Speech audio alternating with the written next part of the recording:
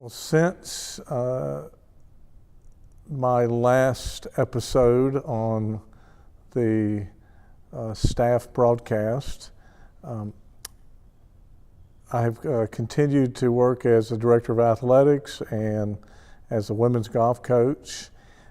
We have added 3 or 4 sports and numerous neat staff. So our program has gotten bigger and better and have over 500 students who are participating in varsity athletics. We still have very vibrant intramural and club sport programs. So it has been a busy 5 years.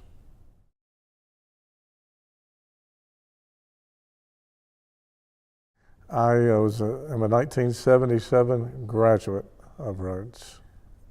I returned to Rhodes in 1979, 2 years after graduating, as the assistant football and head track coach. And my father was a high school teacher, coach, principal, and I thought that would be my path as well, and that a few years at Rhodes would prepare me to become a head high school football coach and ultimately a high school principal one day. The longest I'd ever worked anywhere before arriving to Rhodes in 1979 was Pick Pack Grocery for 2 years. So that was my idea of longevity. So it's been a great ride for 35 years, but if anybody would have ever told me that I would be sitting here in 2014, it would have been hard to imagine at that time.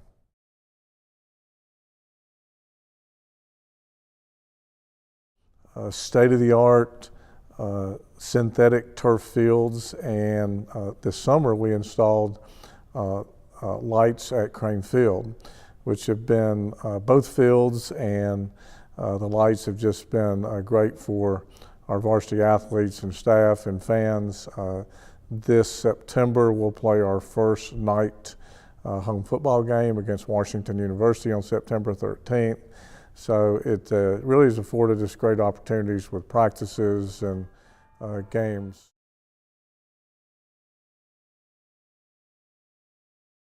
I'd just like to take this opportunity to thank the Rhodes community for just a great 35 years. I particularly like to thank President Dodgerel and President Trout, who have always been very supportive of me and my endeavors at Rhodes. Their support has been huge in terms of providing opportunities for myself and my family. I had 2 children attend Rhodes, and I thought that was really the epitome of the opportunities that Rhodes has provided. I certainly like to thank all the athletic staff who I've worked with over the years, especially Herb Hilgam and Sarah Hackus, Gordon Ellingsworth, Matt Dean, Robert Shankman, Andy Marcinko, who I've all worked with 20 plus years. It's certainly been a lot of fun, and again, appreciate all of our staff's support. As my wife Nancy says, Mike is one of those people that skips to work every day, and she is right. I've always looked forward to turning off university into campus, and look forward to doing it for a few more years.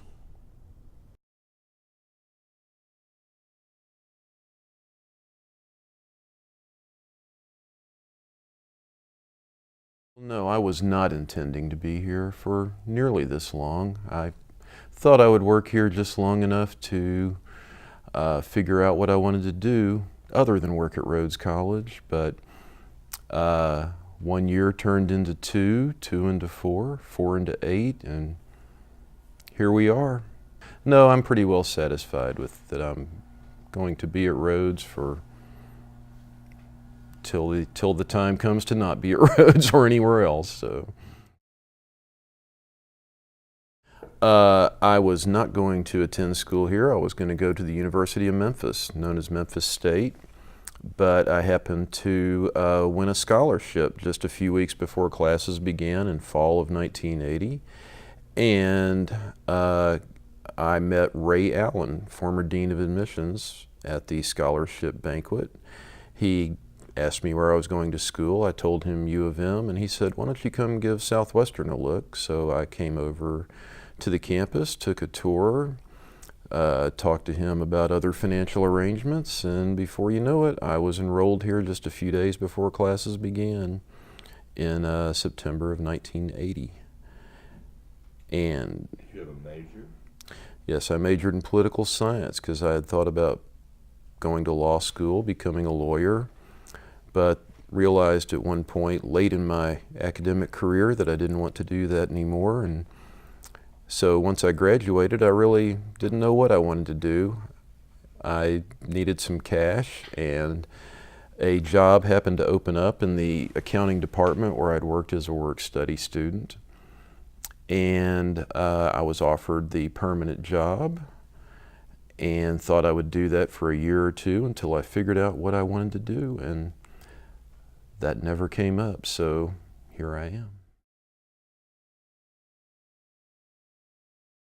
Basically had 3 jobs: the accounts payable person, the payroll manager, first accounts payable for 2 years, payroll for 3 years, and now bursar for 25 years.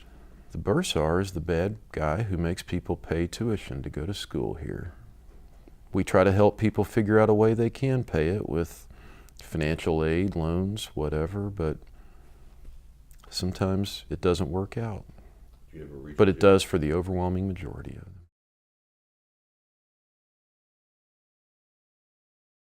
From what I understand, the college got its first switchboard in the early 1930s. There happened to be some room for this switchboard in what was called the cashier's office, i.e. the bursar's office. So the switchboard operator was located in that office, and the person in my position became that person's supervisor at that point. And just the person in my position therefore became the telecommunications supervisor.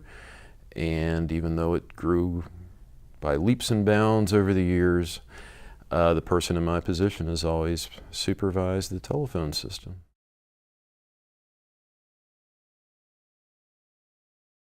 Working here is probably a lot more enjoyable than a lot of other things I might have done otherwise. And I'm always impressed with what great people we continue to hire at the college, and fun, smart people that you enjoy working with. It's present company accepted, but it's an even better place to work now than it was 20, 30 years ago, I'd say. And so that's kind of exciting to see how the place keeps improving for me and all the students. I believe it's a better place for them too now.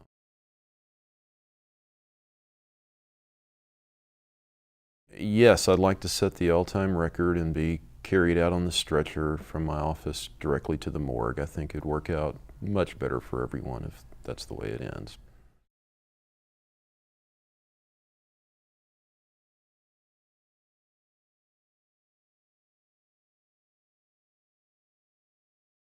Well, I had been teaching high school English, speech and drama, and music appreciation for 10 years.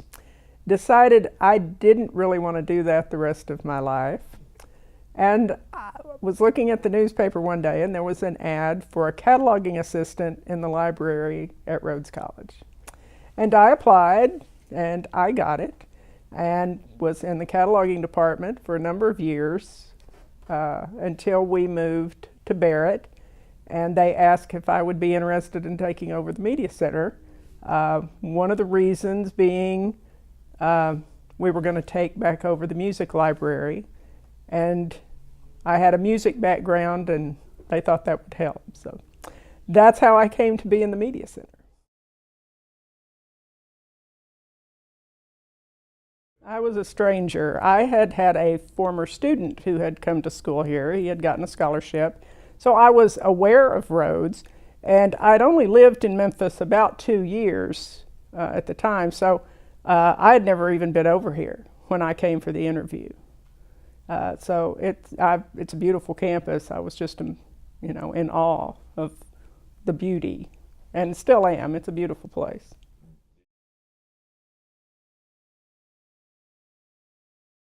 There have been a lot of changes. When I came, we still worked with the card catalog, and I did a lot of erasing cards with an electric eraser and changing subject headings. We still filed author, title, subject cards and shelf-list cards. The computers were a brand new thing. We had two in the cataloging department at the time, and we had to take turns working on them and putting things into the cataloging database that we used. There was no online catalog like we have now. That came in the early 90s when we went to automation, and I was part of the team that did the barcoding and making sure everything was in the catalog, and we had to do lots of corrections. So I've seen a lot of changes over the years. The library is really nothing just like it was 25 years ago.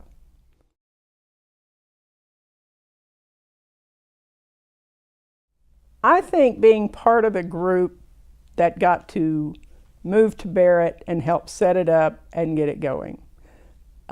We had a great time doing that. We all got to know each other well. There was a lot of teamwork, and it was a great time. It was a busy time, but that meant a lot, that we got to have some input on that. And still 9 years later, we get compliments on the building, what we have, how things are done. And that's been very gratifying.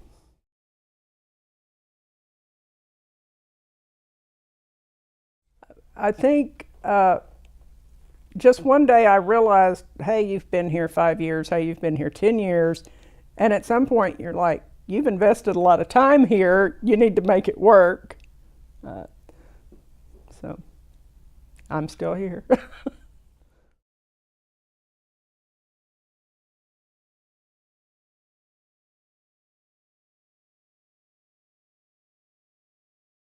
In the summer of 2000, I got sick, and 2 days later, I was having surgery to take out my left kidney. It was stage 4 cancer, and I was not expected to live to Christmas. But the happy part of this is all of the love and support and caring to my family and myself from my church family and my Rhodes family. David Jeter in the chemistry department took care of some of the summer duties that I had, ordering stuff and trying to get labs ready for me to come back to, and I wouldn't have everything on top of me when I came back, and the students could go on with their work as usual. It's a very good place. They are family to me.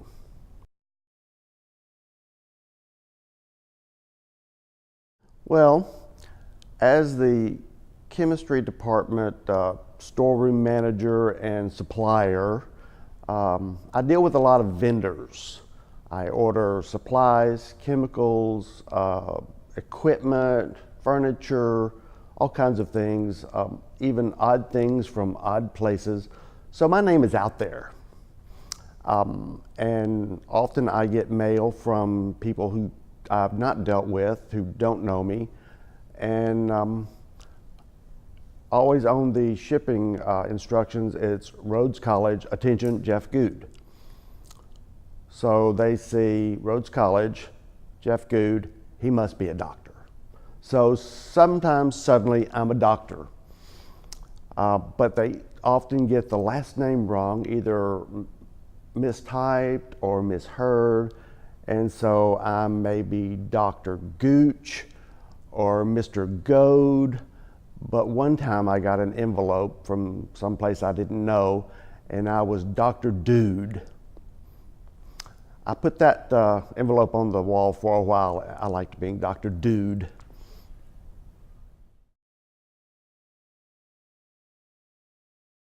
We try to keep fire out of the equation. We don't usually give students things they can blow themselves up with. There have been breakages. Interesting, we in the storeroom, we stand there waiting for people to come and get things that they need. And when we hear a crash, we listen to it and decide what it might have been.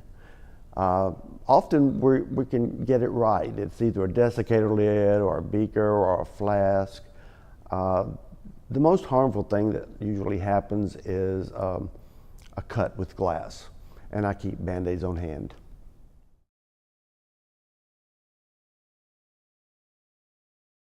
I suppose the best advice is to do your job and do your job before you're asked to do your job. Know what your job is so that you will know how to prepare for the labs and the research and things like that.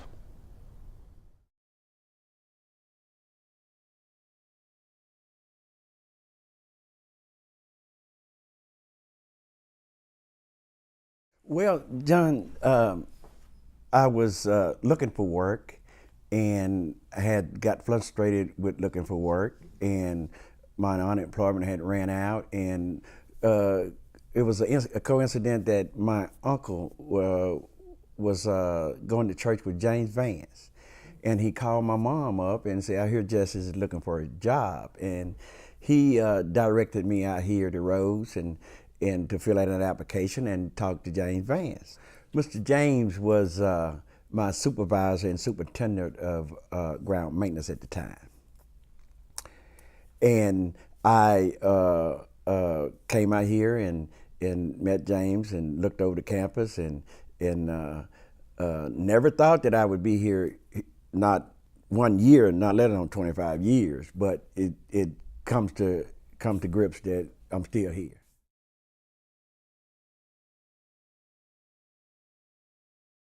Well, I tell you, John, about a year later, I said, everywhere I started to go or set my foot in a particular place, the doors were shut. So I said, wow. I said, that must be giving me a sign. So I came to work every day, did what I was supposed to do.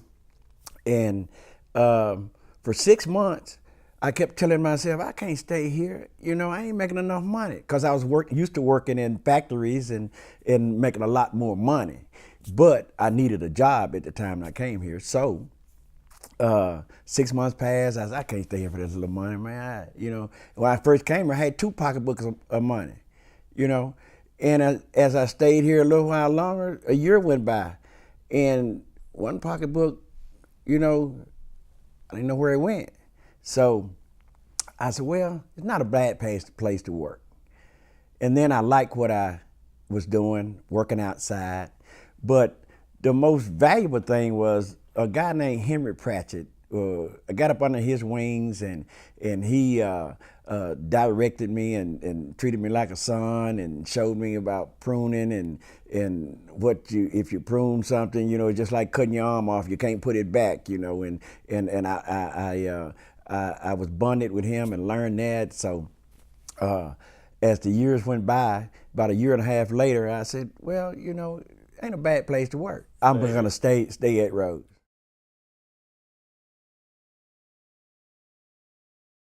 John, this campus is almost like sacred ground. It involves a lot of different people. I can remember Lord Templeton had a lot of input in what goes on and what goes in and what goes out.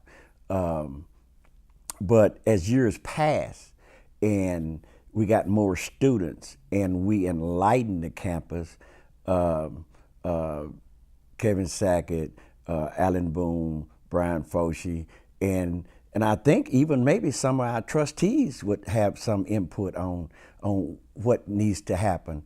But if not, they would probably call in somebody that they thought maybe would know what needs to be done as far as landscaping. It ain't always true though, you know, so some things are kind of overboard, but we deal with that too.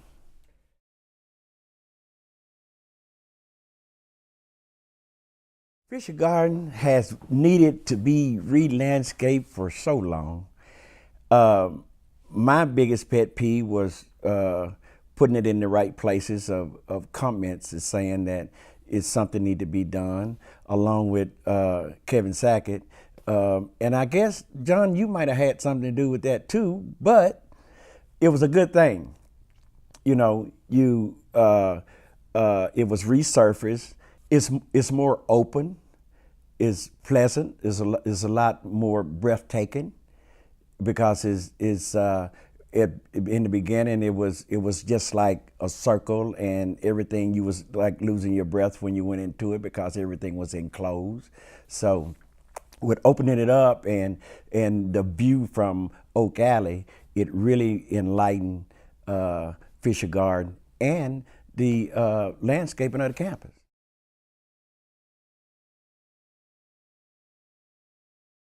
Well, John, you know, every day I come to Rhodes is breathtaking to me, because it's never a dull moment. You know, people say, well, I'll be glad when it gets warm. Well, it's cold. You know, either way it go, you got to punch in and you got to get the work done. So I don't look at it like that. I just look at, I'm coming to a place of good people, and I'm gonna do my thing, and it's never a dull moment.